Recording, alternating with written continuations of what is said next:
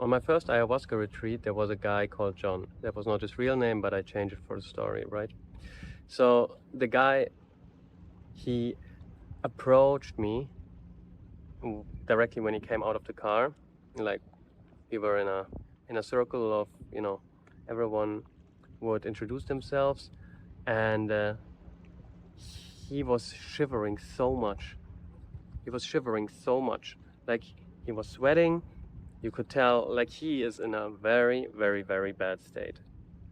Turns out, after I talked with him, he worked in a prison, was around death and violence all the time, and hasn't slept in 3 years straight.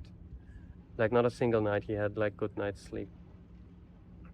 So 2 days later, we had our first ceremony.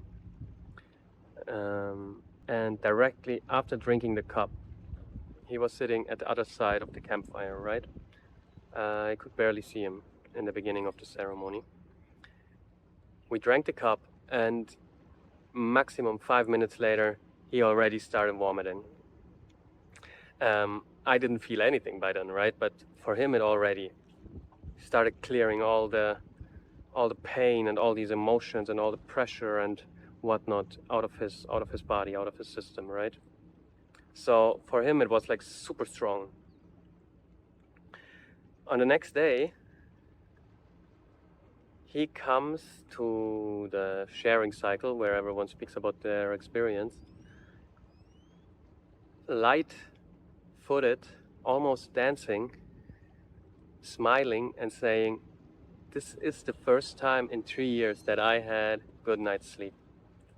And that was just the first ceremony of like 6, 7, 8 ceremonies that we did in a course of 2 weeks there.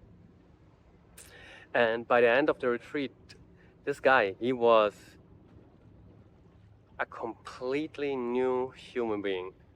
Like, the change in this man was so obviously great and so visually strong that you could really think the vibe is so different. It is a completely new human being. And that was just such a powerful example of how strong the medicine can work, even though it was not like in my own body, right? But for me, it was similarly transformative and profound, and that's why I decided to move away out of Europe into Latin America, to be close to this culture and to work with sacred medicines myself.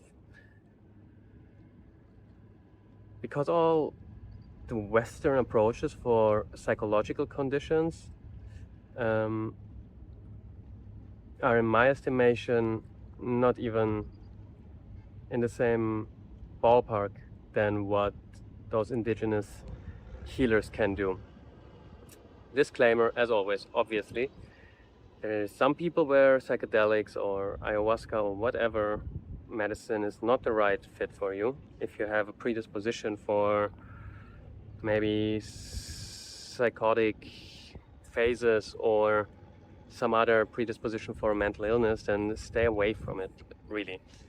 But if you feel a calling within you, that you're interested in it, or that you want to do it, or for some reason the plants are calling you, because that's what the shamans here say is happening, the plants call you from wherever, then I think it's wise to listen to the call, because it's not there by accident, right? Same with our interests. No one knows where they're coming from, but if we follow them, we are getting led to incredible places. One thing I don't understand is why Western culture is so arrogant towards indigenous healing, towards indigenous cultures. I think it has something to do with the inverted U-curve of the perception of knowledge and the actual time passed, right? The inverted U-curve of learning to perceive knowledge, right, over time. So the more you learn, the more you think you know. But at some point you learn so much that you realize that you actually don't know anything. And it feels like the Western culture, the Western philosophy, which is like so young compared to so many other cultures, they're like here at the midst of the tip of the arrogance, right? The tip of the perceived knowledge. But as this culture grows older, I guess a natural outcome will be that they lose this arrogance towards other cultures. But yeah, because for many people, they describe ayahuasca as this is like 20 years of therapy in one night. How many veterans from the United States have I met who said exactly that? That it's not necessarily that it is the substance itself, right? But it is rather you come into a tribe almost, into an indigenous or shamanic or in a retreat community that treats you like a part of their family. You perceive real love, you perceive real connection, and you're all around nature. And those are the real healings. Those are the real healers, right? The ayahuasca maybe opens a portal into a different world where you can work on deeper stuff into in childhood stuff or whatever it is that that you want to work on. But the true healer is nature. The true healer is love and community. And that is something that has been lost in the West, in my estimation, a little bit. I mean, depends where you are. In some places, not only a little bit. But yeah, where I'm from, Germany, that's definitely a very rational country. It's all stressy. It's all about work and sure, you have connections with friends and family, but the general energy of these places is very logical framed, rational, work, stress, perform, and no heart is there. No, not a lot of love, not a lot of warmth, and a lot of heaviness. And that's exactly the thing that helped ayahuasca me with. It's like being alive again, and dancing through life more or less. And that's just a better life. It is just a better life. It has a profound effect on every situation, in my life. I can deal with it better. I am treating it more with humor, lighter. Everything is just, better, easier. And that's why I moved here, because that for me is the way to live, in a community, in a culture that is not only about stress and where I can even help my clients way more profoundly than with just conventional coaching. Not that that has no strong effect, not that that is not extremely powerful itself, but it's definitely slower. And the beautiful thing about these indigenous tribes is that they live so much in symbiosis with the nature. And that's another thing that we lost in the West, because when I live in Berlin, for example, all I was seeing was cement, and the most nature I saw sometimes was just a tree in the middle of the road. But, most organisms in this world live in symbiosis with each other, with another species or other species, with nature itself. But in the West, we think we are so individualistic or self-made, which is the biggest illusion of all, because no one can make it all by themselves.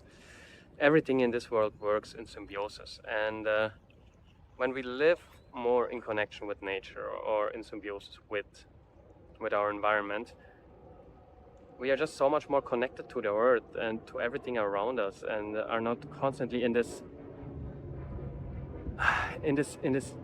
terrible surge in this ego dream that we have to fulfill for what in the end? For a story from society that you need to be so successful, that you need to have all this money to...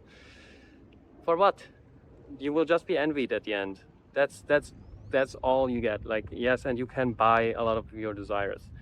And sure, money is important to a degree that you're not suffering, but at a certain point it is just, how much luxury do you need? I mean, it's not fulfilling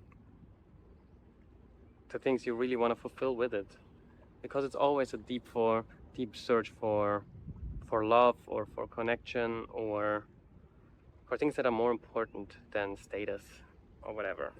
I'm generalizing. Sure, there are people with great purposes who need that success to make something done or whatever, and kudos to you. I wish you all the best.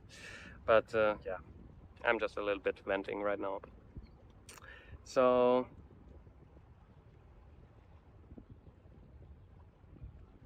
another beautiful thing about working with ayahuasca is that it is changing the neuroplasticity of your brain.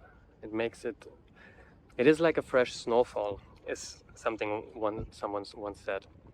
When you imagine you are on a mountain, right?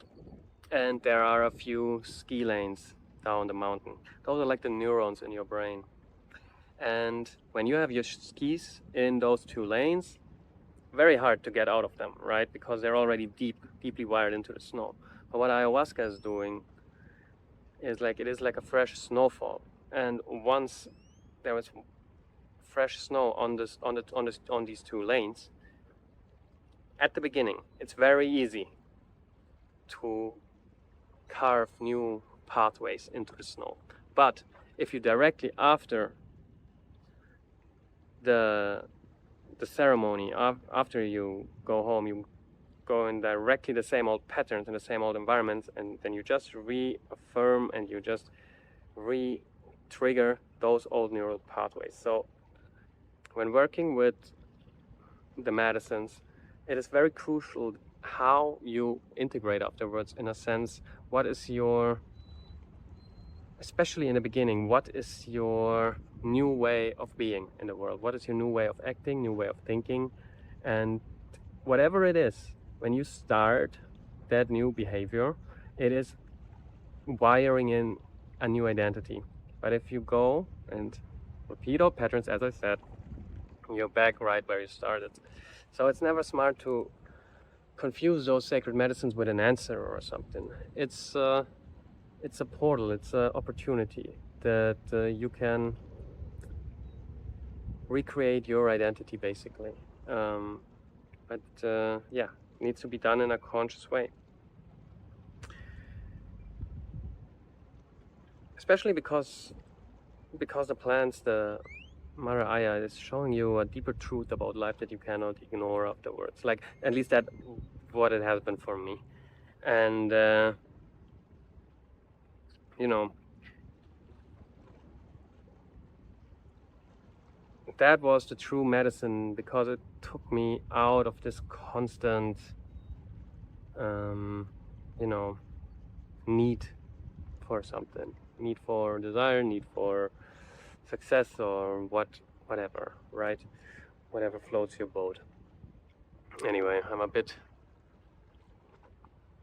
long already, 15 minutes. So if you thought that was interesting, thank you very much that you stayed so long. Have a good day and bye.